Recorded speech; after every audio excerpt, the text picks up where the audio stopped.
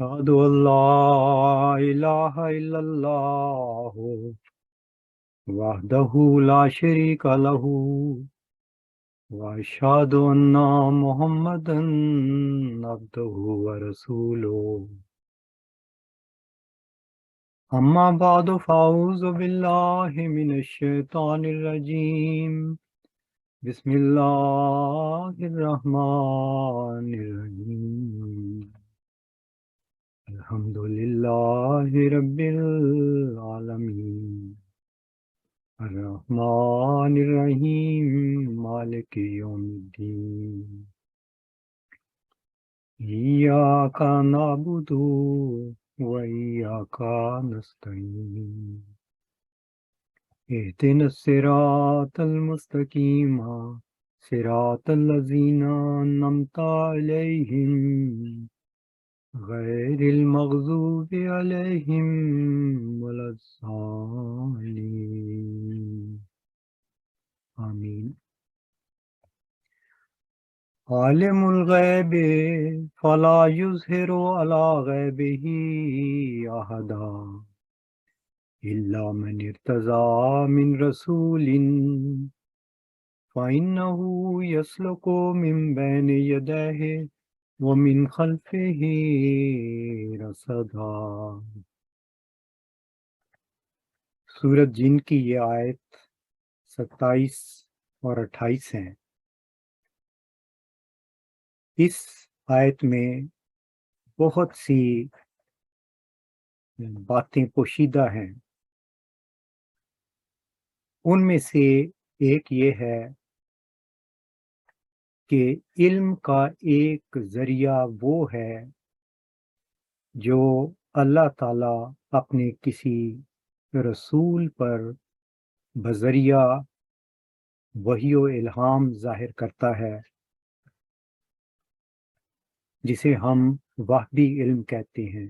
دنیا میں جو ہم علم حاصل کرتے ہیں اپنی محنت سے، اس کو اکتسابی علم کہتے ہیں۔ اب یہ جو لفظ ہے عالم الغیب، غیب کا جاننے والا، اس میں ایک اور معنی بھی پوشیدہ ہے۔ غیب کسے کہتے ہیں؟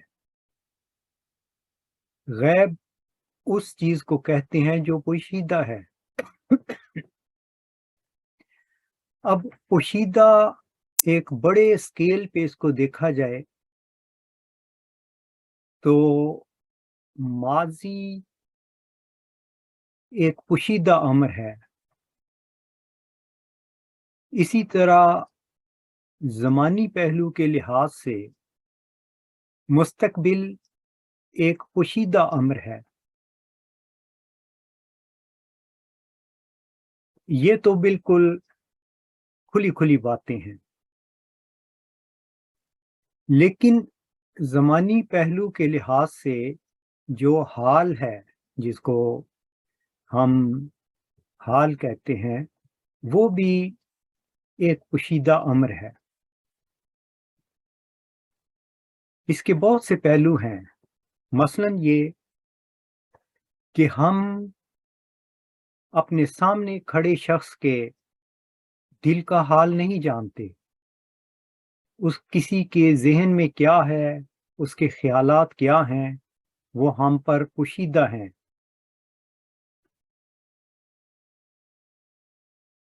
اس کی ایک مثال وہ واقعہ بھی ہے کہ جب ایک جنگ میں ایک صحابی نے کسی مخالف کو پچھاڑ دیا، اور اس نے جب وہ زمین پہ تھا اور قریب تھا کہ قتل کیا جاتا، اس نے لا الہ الا اللہ پڑھ دیا، مگر اس صحابی نے اسے پھر بھی قتل کر دیا۔ تو رسول کریم صلی اللہ علیہ وآلہ وسلم نے فرمایا کہ کیا تو نے اس کا دل چیر کر دیکھا تھا؟ یعنی ہمیں اندرونی دل کے خیالات کا علم نہیں ہے۔ اللہ جانتا ہے، عالم الغیب وہ ہے، ہم نہیں ہیں۔ تو اس طرح یہ باتیں غیب کی ہم پر پوشیدہ ہیں۔ اب سائنس کے لحاظ سے بھی ہم دیکھ لیں، وہ سفر جو آج سے قریباً 2500 سال قبل یونان میں ڈیموکرائٹس نے شروع کیا تھا، اور اس نے ایک رنگ میں پارٹیکل فزکس کی بنیاد رکھ دی تھی، جب اس نے اشیاء کو 4 عناصر میں تقسیم کر دیا تھا۔ وہی عناصر آج بھی ہمارے سامنے ہیں۔ میرا کہنے کا یہ مطلب ہے کہ وہ درخت، وہ دریا، وہ پہاڑ، وہ سمندر، وہ ساری چیزیں جیسے آج سے 2.5، 3، 4، 5، 10,000 سال پہلے تھیں، آج بھی اسی طرح موجود ہیں، لیکن ان کی اصل حقیقت اب بھی ہم پر پوشیدہ ہے، اگرچہ ہم بہت لطافت میں ان کو دیکھ رہے ہیں۔ وہ جو ڈیموکرائٹس نے بنیاد رکھی تھی 4 عناصر کی، وہ آج اس زمانہ میں ہم 4 عناصر، بنیادی عناصر کو تو مان لیتے ہیں، لیکن ان کی نوعیت بالکل بدل چکی ہے۔ یعنی الیکٹرون، نیوٹرینو، کوارک اپ، کوارک ڈاؤن، یہ 4 وہ بیسک پارٹیکلز ہیں جس سے یہ تمام کائنات کا مادہ تشکیل پاتا ہے۔ ہمارا سفر، علمی سفر، سائنسی سفر اس سے آگے جا چکا ہے، تو پھر بھی ہمیں پوری طرح اس کی حقیقت معلوم نہیں۔ اسی طرح ہم یہ دیکھیں کہ ہمارا آغاز اور انجام کیا ہے، ہمیں اس کی حقیقت معلوم نہیں۔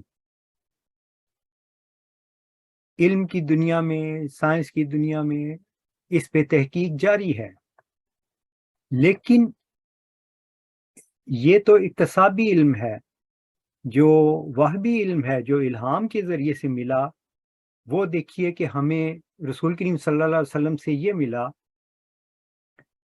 کہ ماضی کی حقیقت یہ ہے کہ اللہ تعالیٰ نے عدم سے کائنات کو وجود دیا، اور آئندہ کی خبر یہ دے دی کہ سب کچھ فنا ہو جائے گا، اور جو کچھ باقی بچ جائے گا وہ صرف خدا ہی ہے۔ اس کی 2 مثالیں قرآن شریف سے یوں ملتی ہیں، حالانکہ کل شعین الا وجہہ، ہر ایک چیز ہلاک ہو جائے گی سوائے خدا کے۔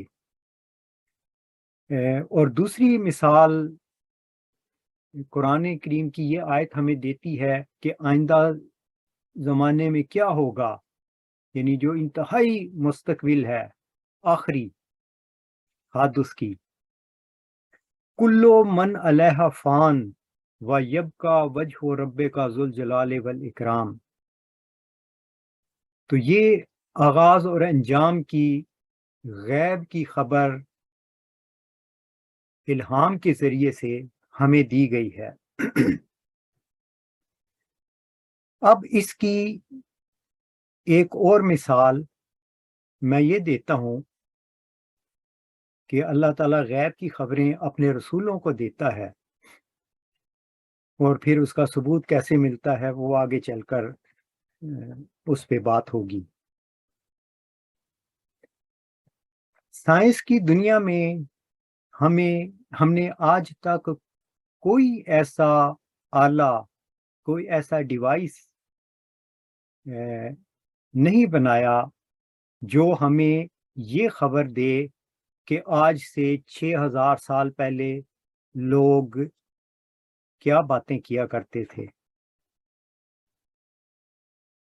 ایسی کوئی چیز ہمارے پاس نہیں ہے۔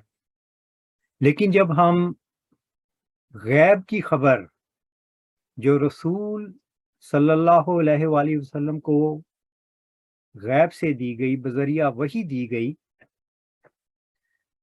اس کی طرف دیکھتے ہیں تو مثلا حضرت نوح علیہ السلام کا واقعہ جو غالباً آج سے شاید 6000 سال پہلے کا ہو، مجھے ایگزیکٹ اس کا مدت کا علم نہیں، لیکن اندازاً میں کہہ رہا ہوں کہ فرض کریں 5-6 ہزار سال پہلے کا واقعہ ہے۔ تو غیب کی خبر ہمیں رسول کریم صلی اللہ علیہ وسلم یہ دے رہے ہیں کہ ایک خدا کا رسول ایک ماضی میں گزرا جس کا نام نوح علیہ السلام تھا، اس نے قوم کو اللہ کی عبادت کے لیے بلایا، لیکن قوم نے اس کی بات کی طرف توجہ نہیں دی۔ پھر اللہ نے کہا کہ میں اس قوم پر پانی کا عذاب لے آؤں گا، یہ ہلاک کر دی جائے گی، تو کشتی بنا اور اس میں اپنے ماننے والوں کو سوار کر اور محفوظ مقام کی طرف چلا جا۔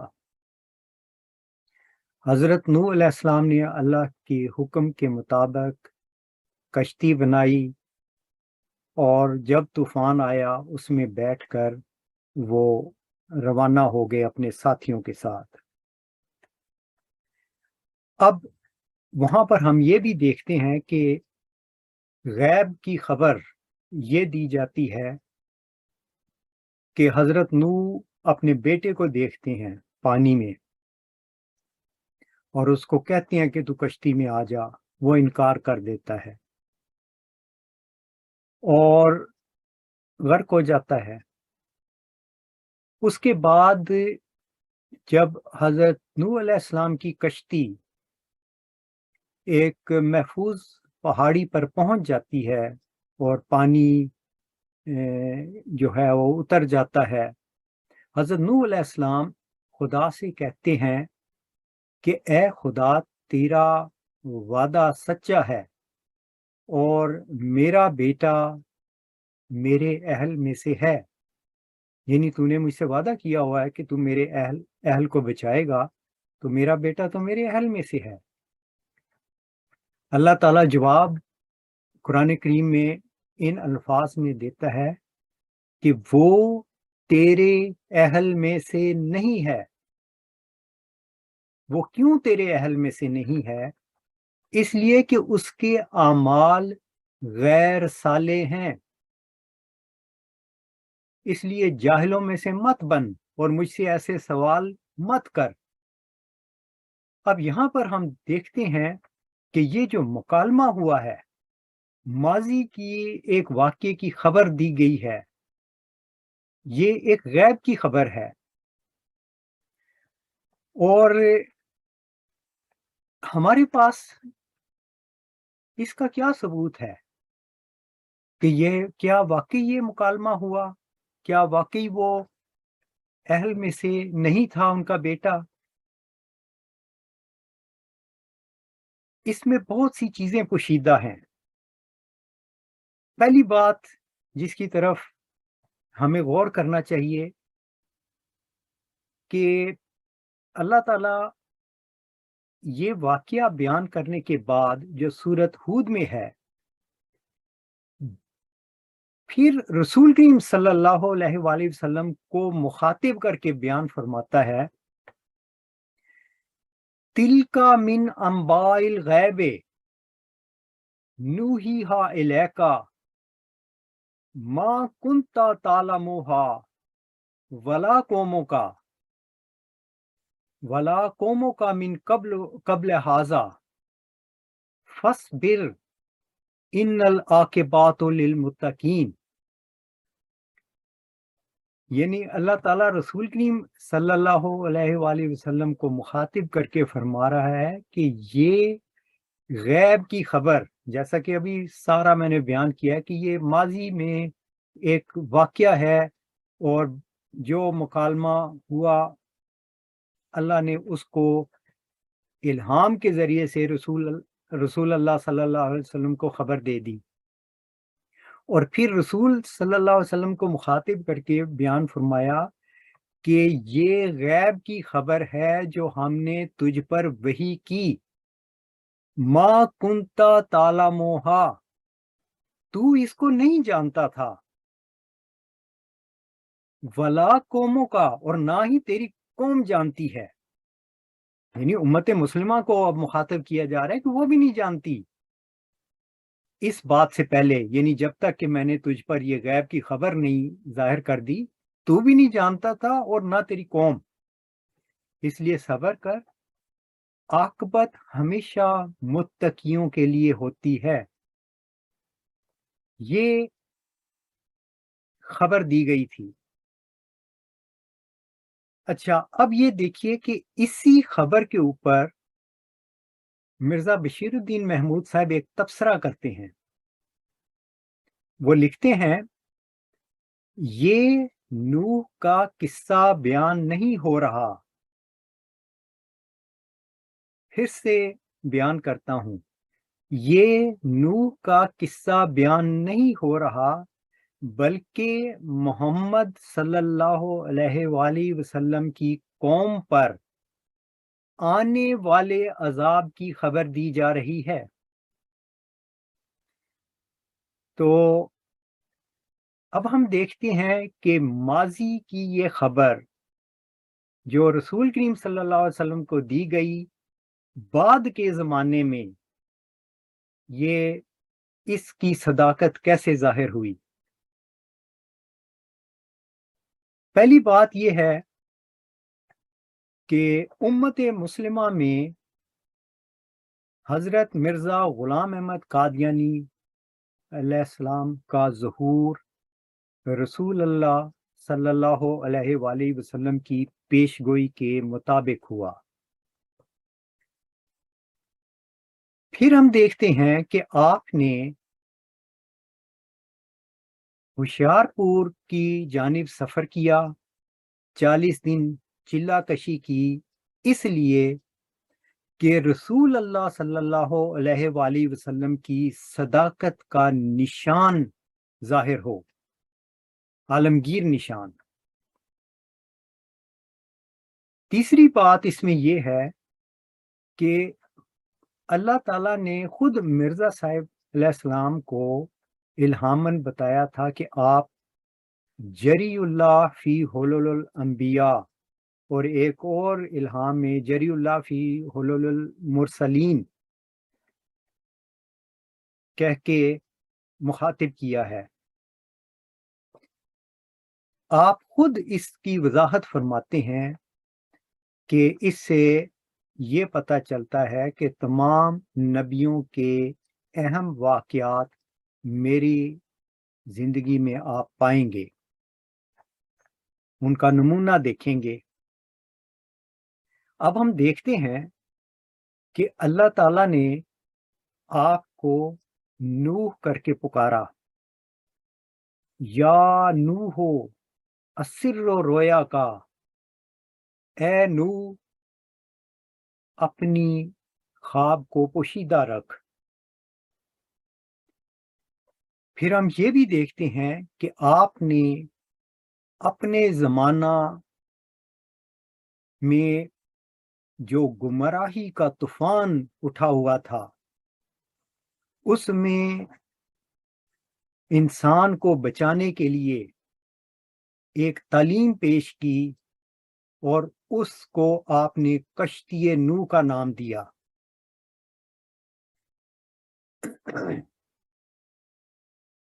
اب ہم دیکھتے ہیں کہ اللہ تعالیٰ نے آپ کو نوح بنایا اس زمانہ میں، امت مسلمہ میں،